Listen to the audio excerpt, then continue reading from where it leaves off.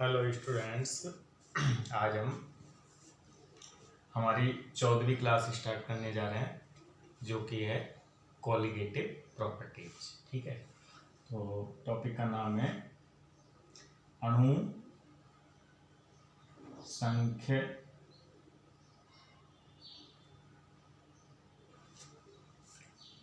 संख्य गुणधर्म।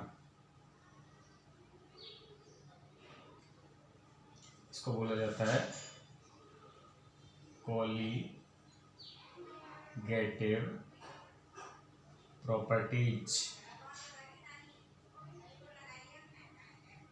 Of solution. विलयन के अणुसंख्य गुणधर्म क्या होते हैं, जैसे कि देखो परिभाषा में ही इसके हेडिंग में ही आ रहा है अणु संख्या यानी अणुओं की संख्या। ओके, तो विलयन के कुछ गुण ऐसे होते हैं जो कि विलयन में उपस्थित कणों की संख्या पर निर्भर करते हैं। अगर कण बदल जाएंगे तो ये गुणों में भी चेंज आ जाएगा। तो डेफिनेशन इसकी यही है कि विलयन के वे गुणधर्म जो कि विलयन में उपस्थित कण जैसे अणु, परमाणु या आयनों की संख्या पर निर्भर करते हैं, विलय की प्रकृति पर निर्भर नहीं करते। क्या कहलाते हैं? अणु संख्य गुणधर्म कहलाते हैं। तो डेफिनेशन हम लिख लेते हैं। विलयन के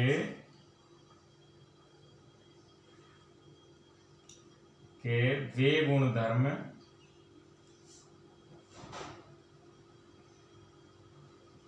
जो कि विलयन में उपस्थित कणों यानी अणु, परमाणु या आयन हो सकते हैं की संख्या पर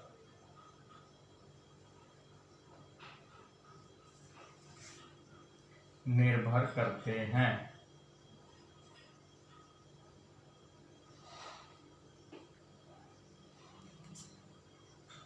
अणु संख्य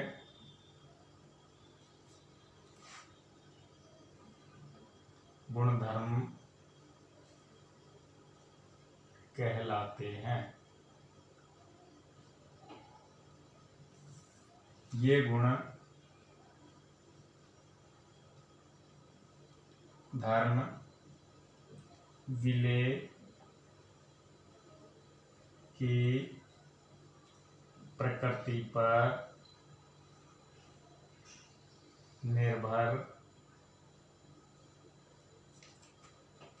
नहीं करते हैं।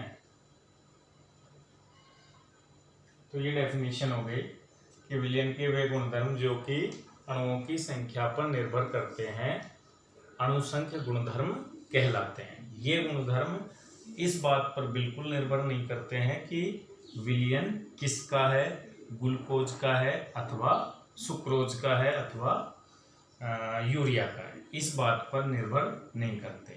तो ऐसे गुण जो केवल संख्या पर निर्भर करें, उसकी प्रकृति पर निर्भर नहीं करें, क्या कहलाएंगे? अणुसंख्य गुणधर्म कहलाएंगे। ओके, क्लियर होगी परिभाषा। अब ऐसे गुणधर्म कौन कौन से हैं उनको हम स्टडी कर लेते हैं। तो एग्जांपल्स ले लेते हैं कि अणुसंख्य गुणधर्म के उदाहरण कौन कौन से हैं। ठीक है,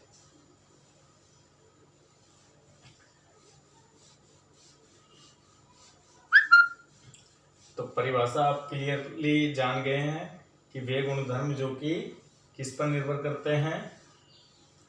संख्या पर निर्भर करते हैं, प्रकृति पर बिल्कुल निर्भर नहीं करते हैं। क्या कहलाते हैं? अणुसंख्य गुणधर्म कहलाते हैं। अब एग्जांपल्स आ जाते हैं कौन कौन से। तो हमारे सिलेबस के अंदर बेटा 4 गुणों को हमको पढ़ना है। एक है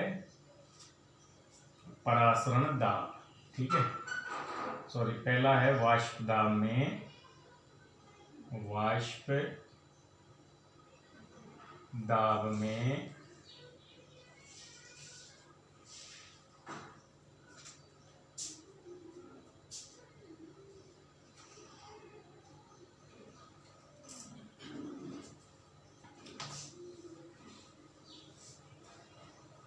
पहला है आपके वाष्प दाब में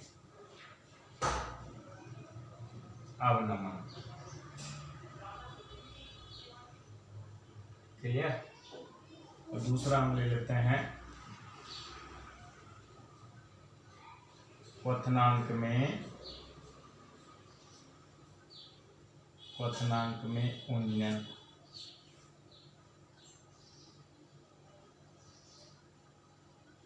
और तीसरा है आपके हिमांक में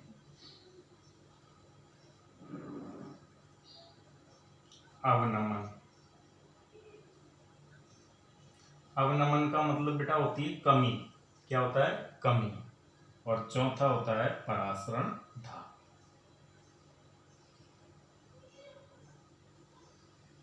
अब देखिए कंपटीशन के अंदर कभी कभी क्वेश्चन ऐसे भी पुट किया जाता है कि निम्नलिखित में से कौन सा एक अनुसंख्य गुणधर्म नहीं है। तो नहीं है में परासरण दाब लिया जाता है, वाष्प दाब में अवनमन, क्वथनांक में उन्नयन, हिमांक में अवनमन, और परासरण दाब में भी लिखा होता है अवनमन। तो परासरण दाब है ओनली, ध्यान से सुन लेना, केवल परासरण दाब अनुसंग गुणधर्म है। परासरण दाब में उन्नयन या अवनमन अनुसंग गुणधर्म नहीं है। ठीक उसी प्रकार से हिमांक में अवनमन अनुसंग गुणधर्म होता है, लेकिन अकेला हिमांक लिखा आए तो वो नहीं है। ठीक है। क्वथनांक में उन्नयन होता है, तो ऑप्शन ऐसे सेट होते हैं कि क्वथनांक में अवनमन कर दिया जाता है, तो वो अनुसंग गुणधर्म नहीं होता है। क्लियर बात। तो ये इनको अच्छे से देख ले कि ये चारों को ही हमको डिटेल से स्टडी करना है, या यूं कह दें कि ये चारों ही ऐसे गुण हैं विलयन के जो विलयन में उपस्थित कणों की संख्या पर निर्भर करते हैं, न कि विलय की प्रकृति पर। जैसे एक क्वेश्चन मैं आपसे पूछता हूं, वो क्वेश्चन देखिए क्या होता है। निम्न में से किसका परासरण दाब उच्च है? ठीक है। 1 मोलर ग्लूकोज का, दूसरा है 1 मोलर यूरिया विलयन का, 1 molar glucose solution, 1 molar urea solution, और तीसरा है 1 मोलर सुक्रोज सॉल्यूशन, और चौथा है सभी का समान है। बताइए क्या आएगा इसके अंदर? तो डेफिनेटली इसके अंदर उत्तर आएगा सभी का समान है। क्यों? क्योंकि ये 1 मोलर है, ये भी 1 मोलर है, और ये भी 1 मोलर है। अब ये हालांकि ग्लूकोज है, ये यूरिया है, ये सुक्रोज है, हमें इससे कोई मतलब नहीं है कि विलयन किसका है। विलयन के अंदर सबकी सांद्रता इक्वल है 1 मोलर, यानी सब में कणों की संख्या 1 मोल है। ओके। तो इसलिए सभी का परासरण दाब एक अनुसंग गुणधर्म है जो कि कणों की संख्या पर निर्भर करता है। तो इसका उत्तर सभी का समान है, चूंकि परासरण दाब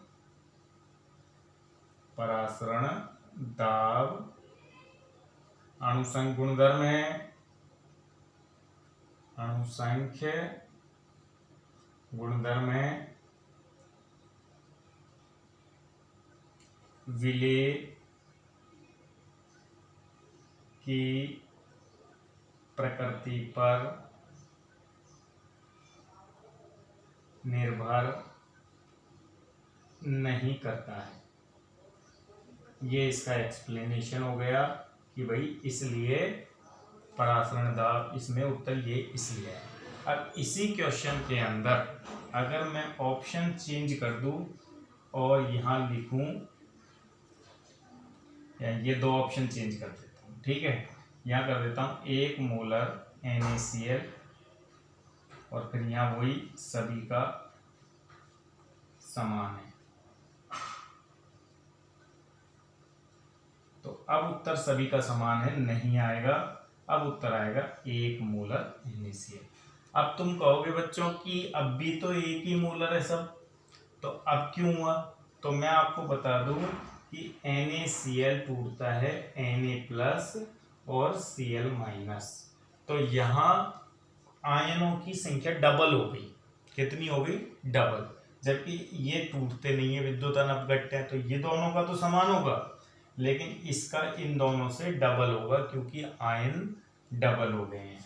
तो यहाँ आएगा परासरण दाब NaCl विलयन का अधिक है, क्योंकि इसमें विलयन में, क्योंकि NaCl का वियोजन होता है, जिससे इसमें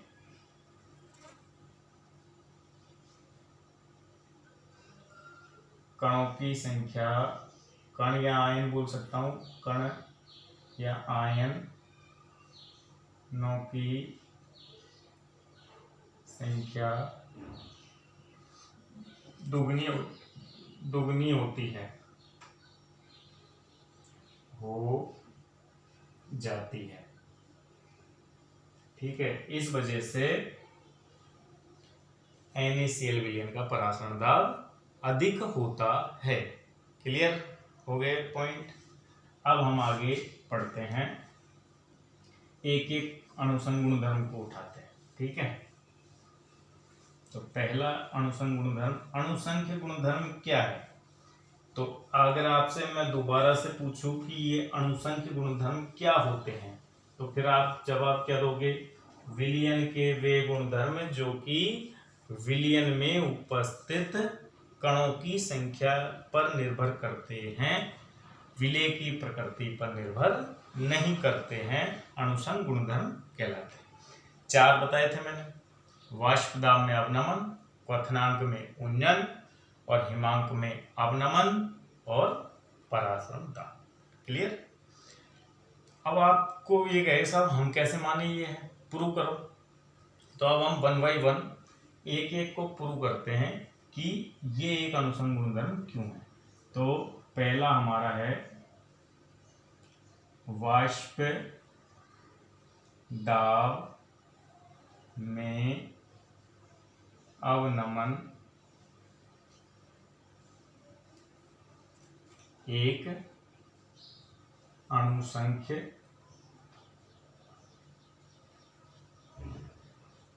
गुणधर्म। ये हम इस टाइटल को क्लियर करते हैं कि कैसे वाष्प दाब में अवनमन एक अणुसंख्य गुणधर्म है। तो बच्चों आपको मैंने पहले वाष्प दाब क्लियर किया था, ठीक है। जैसे एक मैंने बीकर लिया था, ठीक है, इसके अंदर मैंने भरा था क्या? शुद्ध जल, और इसको मैंने बंद कर दिया था ऐसे, और ये इसकी वाष्प थी ये, और इस शुद्ध जल का अगर इसको मैं मानता हूं शुद्ध जल, तो इसका वाष्प दाब हम क्या मानेंगे? P0, ठीक है। और एक और मैंने इस तरह से ही भी कर लिया था,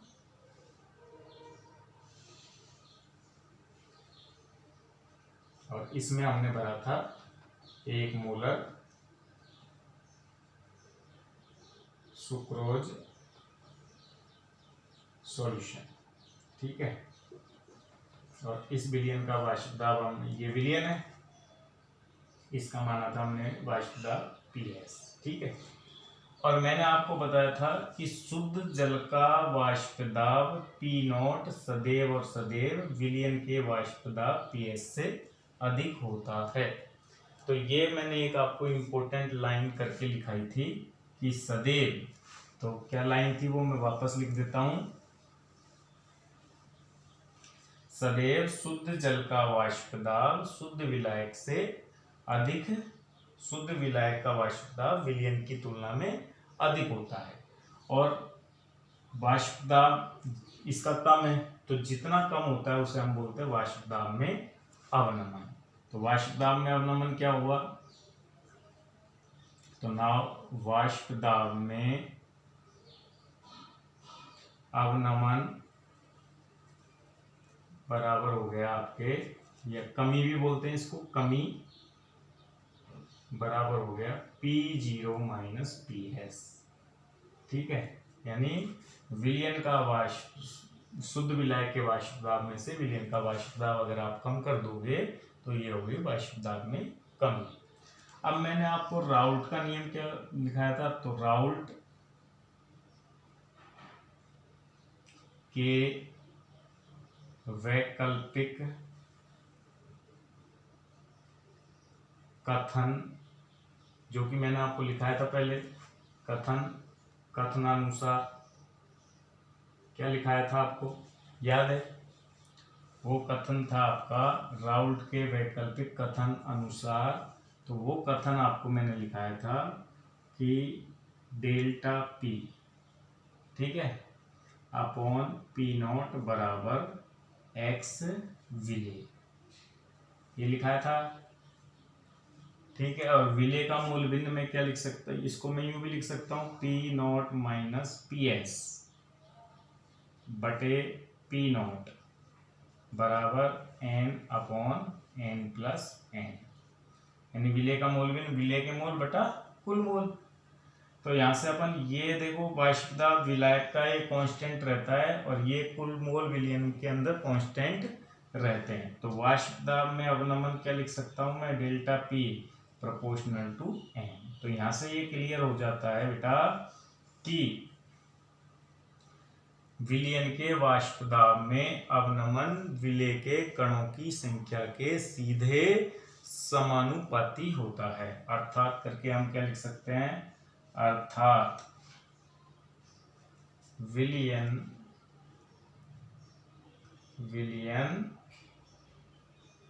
के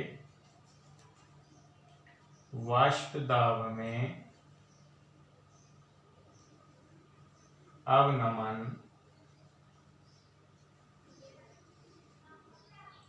विलेय के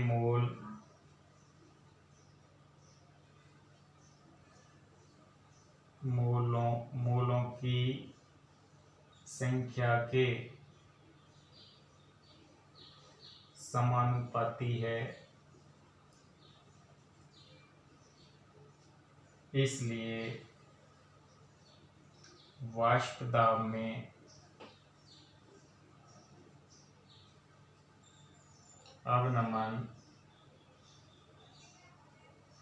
एक अणुसंख्य गुणधर्म है, अणुसंख्य गुणधर्म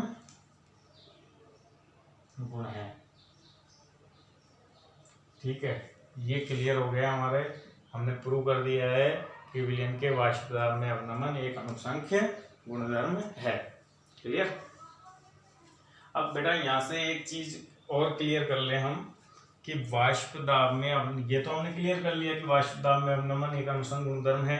कैसे क्लियर किया, राउल्ट के वैकल्पिक कथन के अनुसार।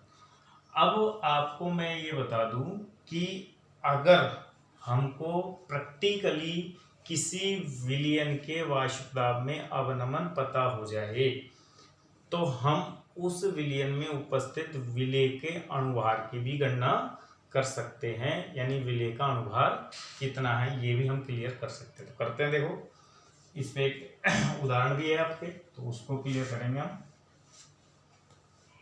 तो नेक्स्ट हेडिंग पे आ जाते हैं हम।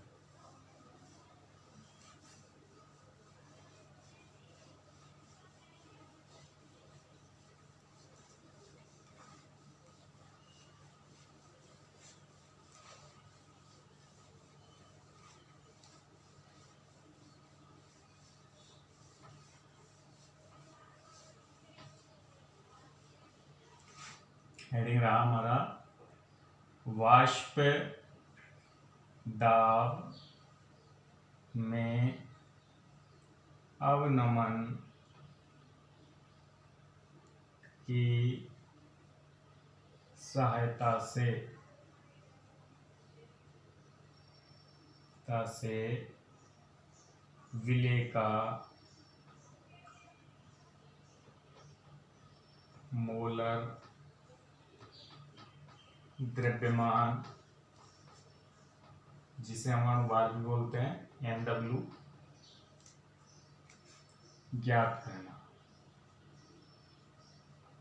और इस पे आपके एक उदाहरण भी मिलेगा आपको।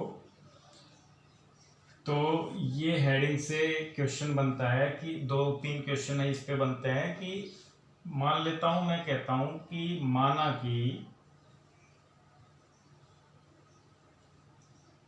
स्मॉल w ग्राम विलेय पदार्थ को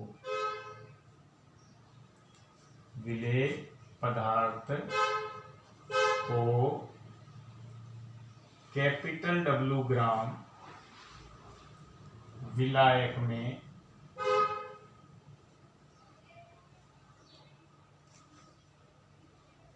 घोलकर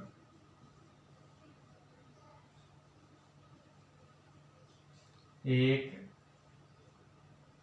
विलायक या जल ले लेता हूं, जल, ठीक है, जल में घोलकर एक विलयन तैयार किया गया,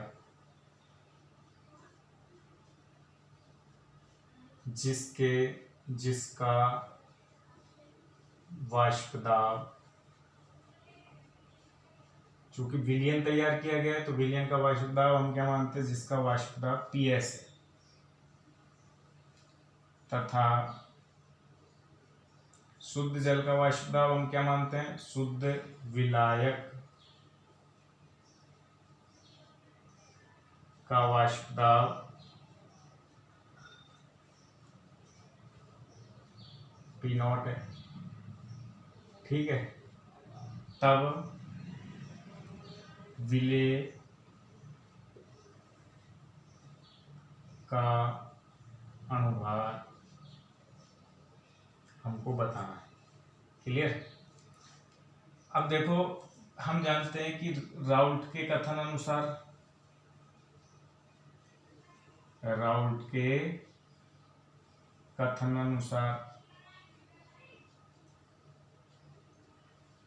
क्या लिख दूंगा मैं, वही P0 माइनस PS, ये तो वाष्प दाब में अवनमन हो गया, और ये हो गया वाष्प दाब में अपेक्षित अवनमन। ये किसके बराबर होता है, N/N+N के बराबर होता है कि नहीं होता है, सब जानते होता है। अब हमको पता है कि N क्या है, विलेय के मोल, और ये N क्या है, ये भी विलेय के मोल है, और ये क्या है, विलायक के मोल। तो हमको ये दे रखा है प्रश्न ने, ये भी विलयन का वाष्प दाब भी अगर न्यूमेरिकल दे देगा तो। और इसके लिए फिर हम क्या करते हैं, P0 माइनस PS बटे P0 बराबर, इसको स्मॉल w ग्राम है और विलेय का मोलर द्रव्यमान छोटा m मान लेता हूँ, बटा स्मॉल w छोटा m plus capital W capital M की जगह 18, क्योंकि विलायक का अनुभार कितना होता है, 18 होता है। तो इससे हम क्या निकाल सकते हैं, छोटा m कैलकुलेट कर सकते हैं, क्लियर। तो आप इस पे 2 प्रॉब्लम्स दे रखी हैं NCERT में, उनको उठाते हैं अपन, ठीक है। एक प्रॉब्लम ये कॉपी करो जब तक मैं प्रॉब्लम लेता हूँ।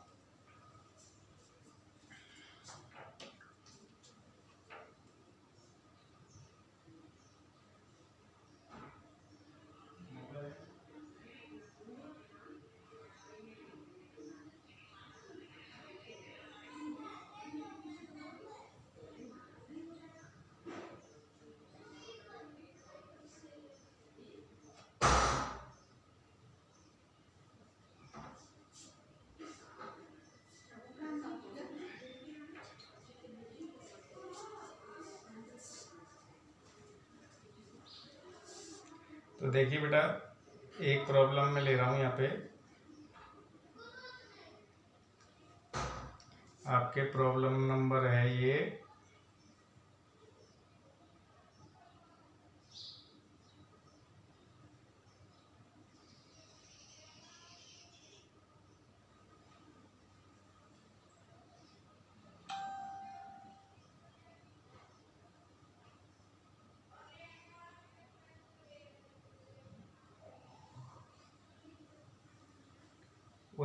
2.6। ठीक है, हम किसको उठाते हैं? हम उदाहरण नंबर 2.6 को।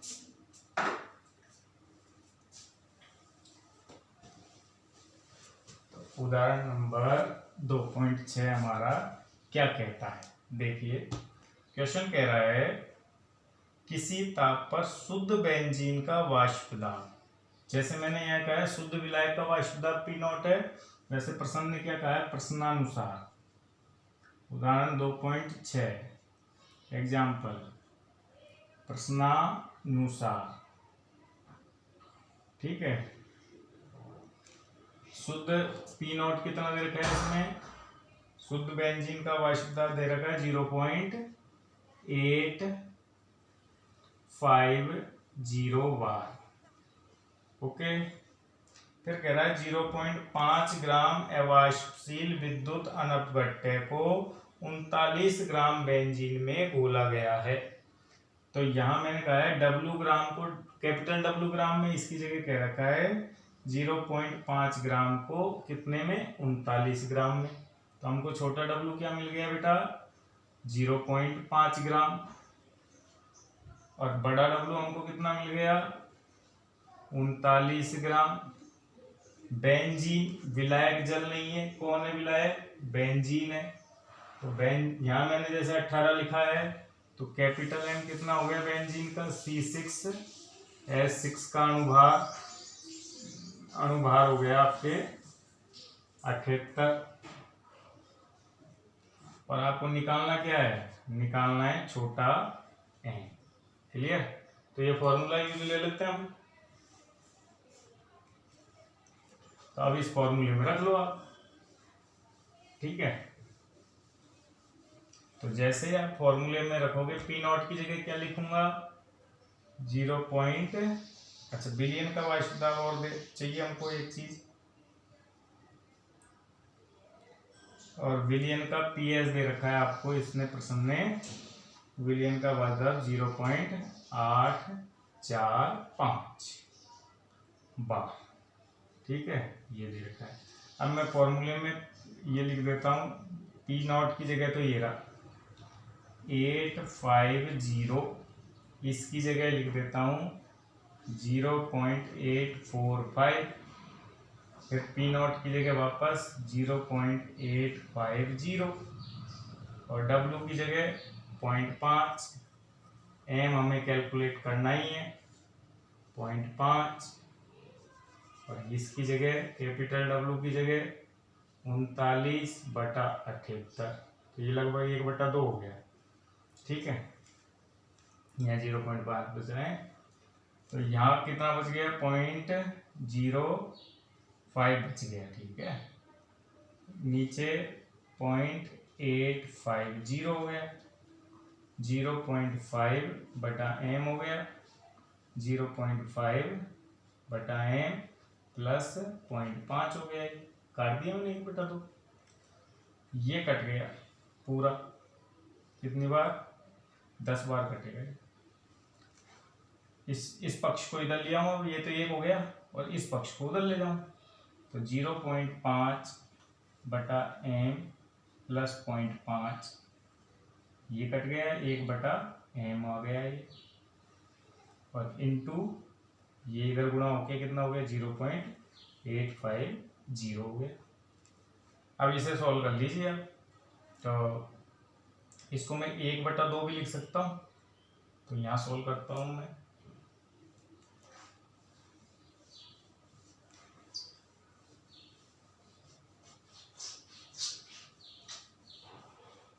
तो बेटा यहाँ सॉल्व करने के लिए इसको मैं 1/2 लिख रहा हूँ, 1/2 है। ठीक है, अच्छा ये 10 बार कटा तो ये 10 आएगा। ठीक है, और ये आ गया आपके -10/m। इधर लिया है ना इसको। अच्छा ये गुणा और होगा लेकिन, तो ये हो गया आपके 10 से गुणा होके 0.850 m बराबर, और 0.5 उधर ले आया, 0.5 माइनस का। ठीक है, तो इसको लघुत्तम विधि से सॉल्व कर लेते हैं। लघुत्तम आ गया 2m, तो ये आ गया 1, ये 2 बार, तो गुणा होके आप लिख दोगे इसको, 2 से गुणा करेंगे तो 17, ठीक है 17 आएगा उसके बराबर 0.5। अब माइनस का, तो यहाँ से बचेगा -16/2m बराबर -0.5। m को इधर ले जाएंगे तो m को इधर लाएंगे, माइनस से तो माइनस कैंसिल आओ, तो m बराबर आ जाएगा आपके 16/0.5 × 2। ठीक है, तो लगभग 2 कट गया, 16 आ जाएगा। देखना 39 सही है। ठीक है, तो एक बार आप इसको और देख लेना, कहीं कोई मिस्टेक अगर हो गई हो तो। ये आपके क्वेश्चंस को लेते हैं अपन। इसी के साथ और मैं आपको क्वेश्चन बता देता हूँ इसके कौन कौन से क्वेश्चन आप कर सकते हो। तो पार्ट नीट भी है 2.15 और 16, उसको भी आप करेंगे। ठीक है।